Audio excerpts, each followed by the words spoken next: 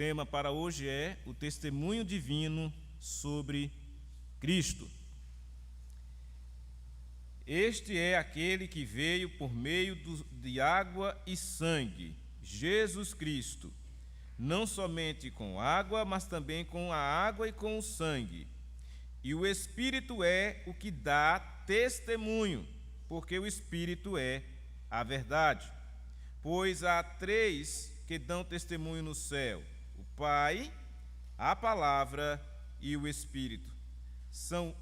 E o Espírito Santo. E estes três são um. E três são os que testificam na terra: o Espírito, a água e o sangue, e os três são unânimes num só propósito.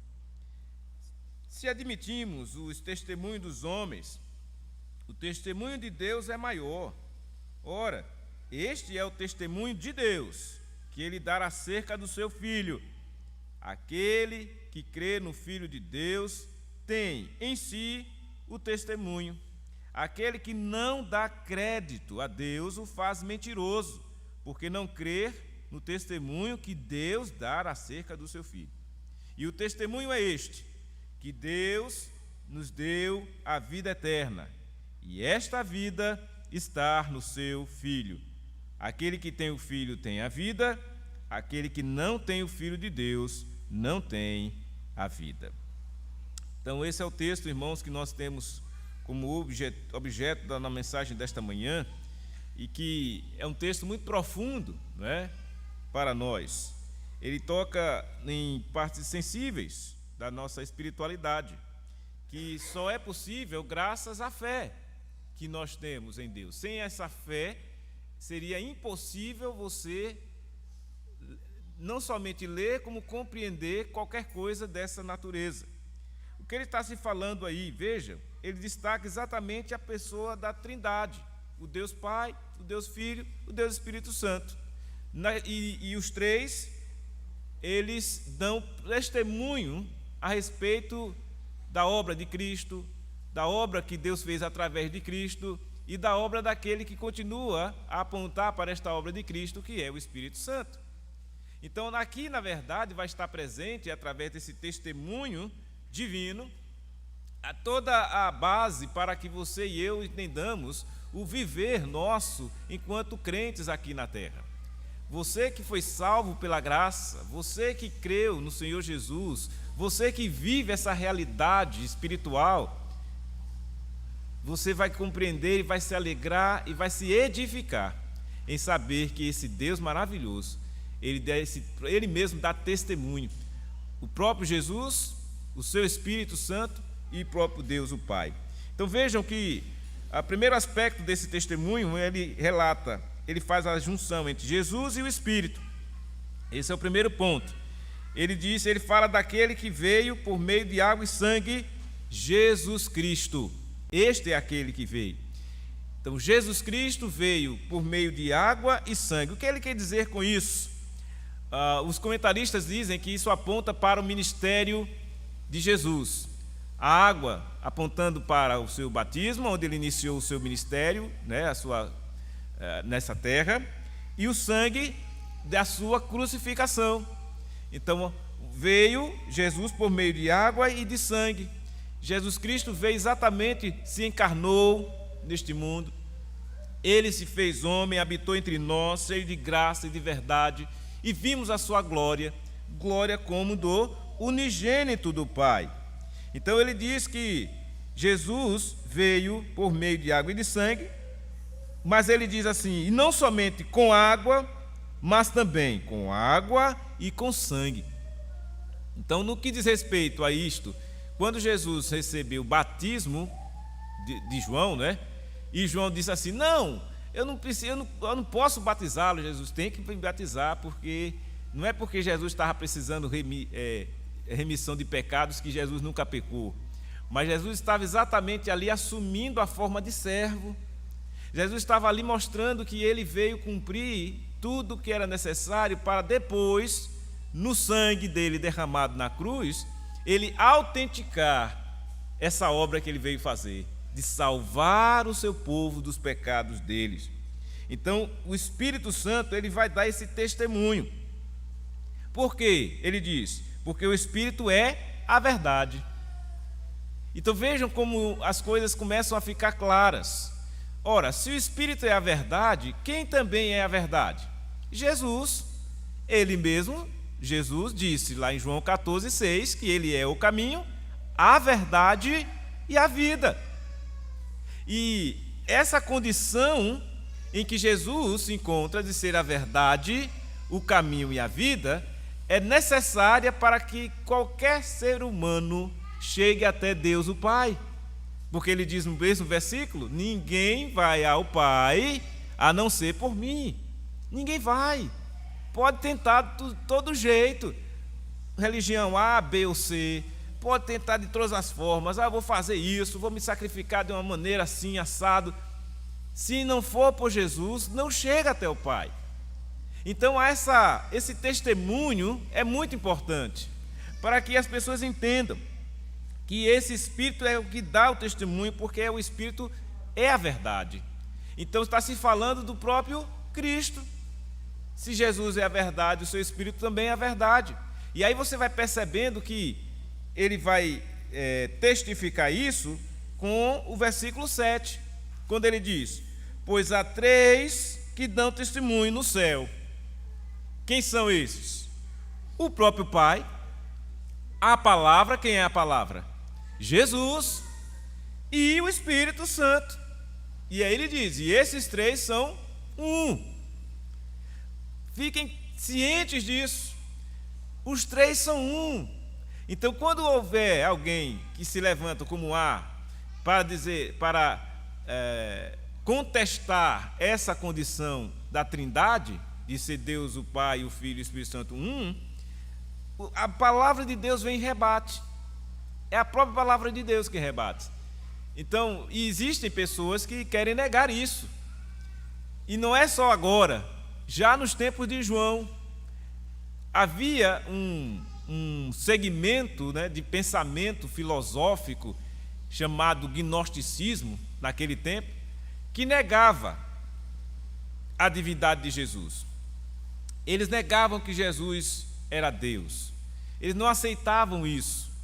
Para eles, Jesus era alguém especial, talvez, investido de alguma coisa, mas não Deus. Então, daí a necessidade dessa afirmação: Jesus é Deus, assim como o Pai é Deus, assim como o Espírito Santo é Deus, e os 3 são um. Então, isso dava um nó na cabeça daquelas pessoas. Por quê? O problema todo está em que aquelas pessoas, os hereges, geralmente que não se recebe esta doutrina pela fé, o problema todo é que eles estão confusos em suas mentes, porque eles querem tratar dessa questão como se estivesse dentro do espectro da razão. E a nossa razão limitada não consegue explicar isto. Não adianta tentar colocar isso num laboratório, vamos tentar descobrir como é que pode Deus o Pai, Deus o Filho, Deus o Espírito Santo ser um só. Não vai se explicar nunca, porque isso é sobrenatural. Está acima da nossa compreensão humana, mas é assim. E só o aceitamos, essa consideração, essa questão, quando nós entendemos pela fé. É pela fé. Até o escritor aos Hebreus, quando ele vai falar desse aspecto da fé, é interessante quando ele coloca assim: ora, a fé é a certeza de coisas que se esperam, a convicção de fatos que se não veem, pois, ele diz, pela fé, os antigos obtiveram bom testemunho. Pela fé, entendemos que foi o universo formado pela palavra de Deus, de maneira que o visível veio a existir das coisas que não aparecem. Pela fé que nós entendemos. Então não é uma explicação científica que vai trazer essa convicção, não, é a fé. Esta fé mesmo que é dom de Deus, que veio na sua mente, no seu coração, e lhe faz você receber essa condição maravilhosa que faz parte da condição de Cristo ser o Filho, Deus ser o Pai e o seu Espírito Santo serem um. E isso é dado como um testemunho. E eles próprios dão testemunho, tanto o Pai, quanto a Palavra, quanto o Espírito. E ele diz mais: e 3 também são os que testificam na terra. Na terra também há a testificação, o testemunho do Espírito, a água e o sangue. E os 3 são unânimes num só propósito. Nós vimos lá no início, no versículo 6, que ele falou exatamente que Jesus veio por meio da água e sangue. Aqui no versículo 8 ele repete dizendo que esses 3, a água, o sangue e o Espírito, eles testificam aqui na terra, ou seja, por meio do que está registrado historicamente da presença de Jesus, daquilo que está dito mesmo no Evangelho de João, quando Jesus aqui esteve, foi batizado, teve o seu ministério e também foi à cruz morrer para derramar o seu sangue por nós. Isso tudo testemunha a respeito dele, de quem é Jesus, do porquê ele veio, para que ele veio. E esse testemunho ele é divino, mas é um testemunho do céu que veio aqui à terra, diante dos homens. E ele diz mais uma coisa importante: os 3 são unânimes, num só propósito.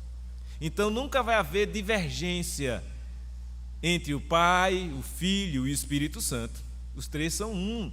Essa unidade, ela está tão firmada, tão firme, que é impossível quebrá-la. Não tem como eliminar um desses 3 aí. Não tem. Os 3 são um. E isso é importante, porque traz a quem crê segurança. A quem crê traz tranquilidade, traz paz.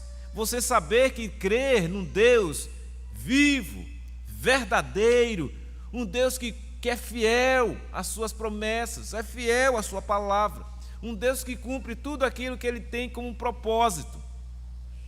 Aprove a Deus que, na plenitude dos tempos, enviasse o seu Filho Jesus para salvar pecadores como eu e você, mas pecadores que foram escolhidos por Deus antes da fundação deste mundo. Então, quando você começa a entender esse encaixe das boas e belíssimas doutrinas da graça, não é? Que Deus escolheu o seu povo, que Deus providenciou os meios e o fim para que o seu povo fosse salvo, e que Deus está fazendo exatamente assim, como um propósito que Ele tem salvado o seu povo. Então você começa a se alegrar. Olha só, quem era eu? Um ser humano qualquer, sem saber o que é que seria de mim, se não fosse a graça de Deus, que um dia me alcançou o seu coração, a sua alma, lhe trazendo vida, como nós vamos ver adiante. Mas não é só essa vida aqui não, que é passageira, que é limitada, que é cheia de problemas em razão da queda lá atrás do primeiro homem, Adão e Eva, nossos primeiros pais, causaram um dano terrível em toda a humanidade. A queda do casal edênico, Adão e Eva, causou um dano a toda a humanidade. E é isso que está descrito em Romanos, porque todos pecaram, carecem da glória de Deus. Então, esse testemunho sobre Jesus é muito importante para que assim possamos continuar firmado na fé que nós temos nele. E ele continua dizendo: olha, se admitimos o testemunho dos homens, ou seja, você não recebe o testemunho de alguém que é humano, é ser humano, ele dá o testemunho e nós admitimos o testemunho. O testemunho de Deus é maior, infinitamente maior do que o testemunho dos homens. E se você admite o testemunho de alguém, ser humano, igual a você, igual a todos nós, imagine o de Deus, que é infinitamente maior. E ele diz: ora, este é o testemunho de Deus. Aí ele vai dizer que ele dá acerca do seu filho. Então, o próprio Deus dá um testemunho acerca do seu filho. Isso é muito importante e fundamental. Quando foi, você pode perguntar, que Deus deu esse testemunho do seu próprio filho? Está lá registrado no Evangelho de João. Quando foi no momento do batismo, no início do ministério, a água, o que foi que Deus disse? Uma voz do céu bradou, dizendo: este é o meu filho amado, em quem tenho prazer, em quem me comprazo. Tenho todo o prazer. Então Deus diz: olha, eu tenho satisfação em meu filho. Filho amado, que eu estou dando para salvar vocês. Aí João 3,16 vem e diz exatamente: Deus amou o mundo de tal maneira que deu o seu Filho unigênito, para que todo aquele que nele crer não pereça, mas tenha a vida eterna. E é exatamente esse sentido que vem o versículo 10. E ele diz: aquele que crer no Filho de Deus tem em si o testemunho. Está vendo? Quem crê em Jesus, Filho de Deus, tem em si o testemunho. Aquele que não dá crédito a Deus o faz mentiroso. Então aqui você tem dois aspectos aí que João destaca, um positivo e o outro negativo. O positivo é quando ele diz: olhe, quem crê no Filho de Deus tem o testemunho. Mas o negativo é aquele que não dá crédito. Quem é este? O ímpio, o descrente, né? O incrédulo. Não dá crédito a Deus, porque Deus dá o testemunho. Deus diz: olha, este é meu filho amado, eu tenho prazer nele. Creia no Senhor Jesus para que você seja salvo. Quem não dá crédito a isso é como se estivesse fazendo Deus de mentiroso. Quem dizer assim: olha, não, esse Jesus não salva ninguém, não. Não, esse Jesus aí, ele aparece ser quem ele é assim, mas não é não. Quem faz isso, não dá crédito a Deus, essa pessoa está tentando fazer Deus de mentiroso. Por quê? Porque ela não crê no testemunho que Deus dá acerca do seu filho. Vejam, irmãos, a simplicidade do Evangelho não deixa dúvidas. E não tem essa de crer mais ou menos. Ou crer ou não crer. Se crer, tem a vida eterna. Se não crer, não tem. E é exatamente onde ele vai conduzindo, né, aqueles que estão lendo e ouvindo esta palavra a esse entendimento. Ele vai concluir dizendo assim: e o testemunho é este. Olha, o testemunho é este: Deus nos deu a vida eterna. Esse é o testemunho, que Deus nos deu a vida eterna. E esta vida está onde? Ou em quem? No seu Filho. Deus nos deu a vida eterna. Esta vida está no seu Filho. Por isso, de maneira muito clara, óbvia, direta e objetiva, aquele que tem o Filho tem o quê? A vida. Se a vida está nele, em Jesus, o que é que você e eu precisamos um dia? Crer nele. E quando isso aconteceu conosco, o que é que nós recebemos? A vida eterna. Então todo crente que aqui está nesta manhã tem a vida eterna, porque é crente na pessoa de Jesus, tão somente na pessoa de Jesus. E esse crer em Jesus não pode ser uma coisa vaga, distante, ou apenas da boca para fora, não. é uma coisa que está lá, entranhada na alma de quem crê. E esse crer vai de fato dando esse testemunho, vai testificando, né? A ponto de você ver, como diz lá em Romanos 8,16, Romanos 8,16 diz assim, ó, assim pois, ou melhor, 8,16, assim, o próprio Espírito testifica com o nosso Espírito, que nós somos o quê? Filhos de Deus. Há esse testemunho, essa testificação, essa comprovação de que nós somos filhos de Deus. Vejam, irmãos, que algo maravilhoso está sendo dito aqui, que por vezes as pessoas podem achar que quem não é crente, né, acha que não, que todo mundo é filho de Deus. Mas a Bíblia é clara em dizer que só é filho de Deus quem há em você, naqueles em que o Espírito Santo testifica. Tem que haver o selo do Espírito. O selo do Espírito é a garantia de que, de fato, aquela pessoa é filha de Deus. E isso é agora, isso foi lá no passado e sempre será até a eternidade, porque o resultado dessa condição, ele diz claramente: aquele que tem o Filho tem a vida. Quem tem Jesus tem a vida. E quem não tem? Ele diz também: aquele que não tem o Filho de Deus não tem a vida. Pode achar o que for, buscar, revirar, ir para um canto, para o outro, tentar justificar, dizer, não é bem assim. É assim. Esta é a beleza do Evangelho de Deus. É o sim ou não. Ou é ou não é. Não tem essa coisa de meio termo.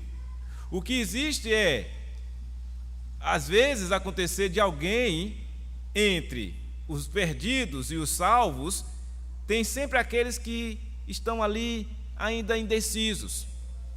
Como é que a gente sabe disso? Pela parábola do semeador. Existem aqueles que estão indecisos, mas essa indecisão é mais para quem é incrédulo do que para quem é crente. Porque está lá no texto bíblico das parábolas. Há aqueles que de imediato rejeitam a palavra, o diabo arrebata e a pessoa nem crê, já rejeita logo. E há dois tipos que até recebem com alegria a palavra, gosta da palavra, tal, mas aí a Bíblia diz assim: mas essas pessoas, por causa das dificuldades, da perseguição, desiste. Então não chega à conversão. Outra, por causa dos cuidados deste mundo, se preocupando muito com as coisas deste mundo, também não fica. E somente aqueles que frutificam a 30, 60 e a 100 por um, estes é que são verdadeiramente nascidos de novo. São os filhos de Deus. São os crentes mesmo de verdade. São esses que ficam, que se edificam e que crescem, que desenvolvem a sua salvação com temor e tremor. São estes que desfrutam então da verdadeira vida. Que vida? Vida eterna, que inicia essa condição, inicia quando você nasce de novo, você já tem garantida a vida eterna, e vai se concretizar quando você daqui partir e for para a glória eterna, para estar nos braços do Pai. Aí você vai gozar da plenitude da vida eterna. E aqueles que não creem, não vai ter isso, nem aqui e nem na eternidade. Quem não crê em Jesus não tem vida, está morto em seus delitos e pecados, como diz Efésios. Sem Cristo, a pessoa está morta em seus delitos e pecados. E é impressionante que esse morto em delitos e pecados, por ele estar vivo nesse mundo aqui, ele acha que isso não é verdade. Ele acha que isso aí, como? Eu estou moço, eu estou aqui vivo, eu estou andando, passeando, curtindo, fazendo todas as coisas que eu quero fazer. Ele nem se dá conta Porque é exatamente isso que o pecado faz: engana, destrói, a pessoa a ponto de matá-la espiritualmente. Então a pessoa acha que viver fisicamente, humanamente, já é suficiente. E quando chegar o dia final da sua estrada, até chegar à eternidade, vai ter lá aquela bifurcação, usando uma figura. Um lado para o inferno e o lado para os céus. E eu sempre, ouvindo uma mensagem do reverendo Hernandes, ele falando sempre dessa condição, onde é que está o inferno? Onde é que está o inferno? Aí no final de uma vida sem Cristo. No final de uma vida sem Cristo está o inferno. E onde é que está a vida? No final de uma vida com Jesus. É aí onde está a vida eterna. Então, vejam, meus irmãos, que testemunho maravilhoso este. O próprio Deus, o Pai, está dando testemunho do seu Filho, Cristo Jesus. O próprio Espírito Santo, o próprio Jesus, dá também testemunho de si mesmo. Ele não veio aqui à toa. Ele veio para salvar o seu povo. Ele não veio aqui se apresentar e se mostrar para as pessoas, não. Ele veio se humilhar. Ele se desfez por um tempo da sua glória, desceu a este mundo. Mas agora ele está à direita de Deus Pai. Jesus já ressurgiu dos mortos, já venceu a morte, para exatamente nos garantir a vitória, e agora está lá, junto ao Pai, já preparando lugar, como ele disse na sua despedida aqui deste mundo: eu vou preparar lugar, para que onde eu estiver estejais vós também. Está preparado, a vida eterna já está certa para todo aquele que crê que Jesus é o Filho de Deus, Salvador, Senhor da sua vida, e por isso você pode gozar dessa bênção maravilhosa de ter a certeza de que virá para os céus, de que está salvo, de que nada nem ninguém poderá nos separar do amor de Deus que está em Cristo Jesus, nosso Senhor.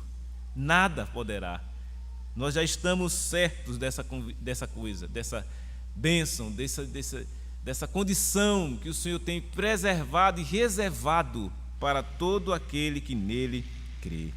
Portanto, meus irmãos, que o testemunho do Senhor, o testemunho de Deus o Pai, Deus o Filho, Deus o Espírito Santo, que está certo em seu coração, na sua alma, o conduza a viver de maneira que corresponda a esta condição. O viver santo, o viver obediente, o viver alegre, o viver na comunhão dos santos, e até mesmo viver na condição que, porventura, você possa estar passando de dificuldade nesta vida, não vão tirar de você essa convicção de que você está vivendo para a eternidade e cultivando desde já uma vida santa, entendendo você que você foi exatamente feito assim, separado, santificado por Deus, para gozar uma vida que é eterna. Quando a pessoa para pensar, e realmente não vale a pena desperdiçar a vida neste mundo aqui, não vale a pena achar que não, eu vou curtir, não, eu vou usufruir primeiro, depois eu vejo aí se dá para eu ir para a igreja ou servir a Deus. Não é assim. Já é maravilhoso você estar servindo a Deus, já é maravilhoso você perceber que o Senhor Deus usou de tanta graça e misericórdia para com você, a ponto de tirá-lo da morte que estava já prevista para todo aquele que não crê. Aí no dia que você creu, você agora vive, e vive para Deus. Esse é o princípio, meus irmãos, da santificação. Só se começa esse processo de santificação a partir do momento que você entende exatamente que Deus nos deu essa vida eterna e que essa vida está em Jesus. E quando você tem a Jesus, então você está assim, inserido nesse processo de santificação que é causado em nós pelo Espírito Santo de Deus, esse mesmo Espírito que nos cela, que nos guia a toda a verdade, que nos convence do pecado, da justiça, do juízo. É o mesmo Espírito. É o Espírito Santo de Deus. É esse Espírito que nos leva também a uma adoração verdadeira. Tudo isso Ele está fazendo e trabalhando em nosso coração. É o Espírito da verdade que habita em nós e que nos faz santos e que nos torna santuários. Nosso corpo é o santuário do Espírito Santo. Então, por tudo isso, meus irmãos, que nós também possamos então testemunhar, a exemplo do testemunho de Deus, divino, sobre aquele que é o Senhor e Salvador. Nós que hoje obtemos essa graça de sermos salvos por Jesus, testemunhemos, demos o nosso testemunho de maneira sincera, de maneira simples, de maneira honrada, de maneira que as pessoas não criem em nós nenhuma ojeriza, mas saibam que devemos transmitir aquela luz que o Senhor nos comparou. Vós sois a luz do mundo. O nosso Senhor Jesus é a luz do mundo. Cada crente, cada discípulo de Jesus também é a luz para este mundo de trevas. E isso vai se dar através do nosso testemunho. Se Deus deu testemunho, imagina nós, como crentes nele, devemos testemunhar dessas grandes bênçãos que ele nos concedeu. Por isso vamos orar e rogar a Deus que de fato continue a abençoar a sua igreja e que juntos possamos cada dia mais viver na graça, no conhecimento do Senhor Jesus, testemunhando desta obra maravilhosa que Ele fez em nosso coração. Ó Deus, obrigado, Pai, pela Tua palavra trazida a nós nesta manhã, e rogamos ao Senhor que possamos sim, durante a nossa vida aqui neste mundo, testemunhar da obra que o Senhor tem feito em nossas vidas. Obrigado, ó Deus, pela nossa salvação em Cristo. Ó Deus, ajuda-nos no processo da santificação e que assim continuemos, ó Deus, a viver neste mundo como luzeiros, testemunhas vivas, cartas vivas daquilo que o Senhor tem feito através de nós. Ó Deus, perdoando sim os nossos pecados, nos purificando e nos dando ânimo, força, sabedoria para saber lidar com as lutas que temos que enfrentar neste mundo, sem jamais, ó Deus, perder de vista esse que é infinitamente maior, que é o nosso Senhor e Salvador Jesus. Muito obrigado, ó Deus, pela Tua palavra e que haja a edificação do Teu povo nesta manhã, e assim oramos agradecidos no nome santo de Jesus. Amém. Amém.